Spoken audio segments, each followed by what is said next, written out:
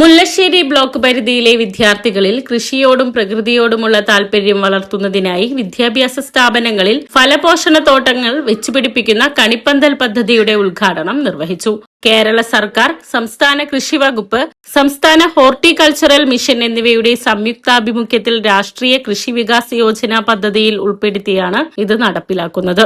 Mullassery block പഞ്ചായത്തിൽ വെച്ചാണ് ഉദ്ഘാടന ചടങ്ങ്. ബ്ലോക്ക് പ്രസിഡന്റ് ക്ലെമൻ ഫ്രാൻസിസ് പദ്ധതി ഉദ്ഘാടനം ചെയ്തു. വികസന standing committee chairperson MK Anilkumar അധ്യക്ഷനായി. ഇതിന്റെ ഭാഗമായി 14 സ്കൂളുകൾക്കായി 11 ഇനം ഫലവൃക്ഷ തൈകൾ വിതരണം ചെയ്തു.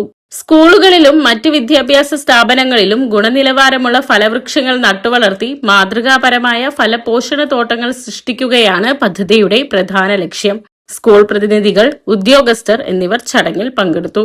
നമ്മള് പറമ്പൊക്കെ നടന്നിട്ട് ചക്കും മാങ്ങയും തിന്നാന്നല്ലാതെ ഇന്ന ഫ്രൂട്ട്സ് കഴിക്കാന്നുള്ളൊരു ധാരണ നമുക്കുണ്ടായിരുന്നു.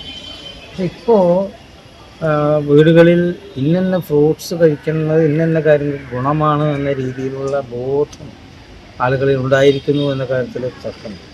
അപ്പോൾ ആ ഒരു രീതിയിലേക്ക് നമ്മൾ വളർന്നു വന്നു എന്നുള്ളത് കൊണ്ട് തന്നെ ഇത്തരം നല്ല ഒരു പരിപാടി പദ്ധതി സമൂഹത്തിന്, പ്രത്യേകിച്ച് വിദ്യാർത്ഥികളിൽ ഉണ്ടാക്കിയെടുക്കാൻ കഴിയുന്ന ഈ പദ്ധതിക്ക് എല്ലാവിധ ആശംസകളും നേരുന്നു.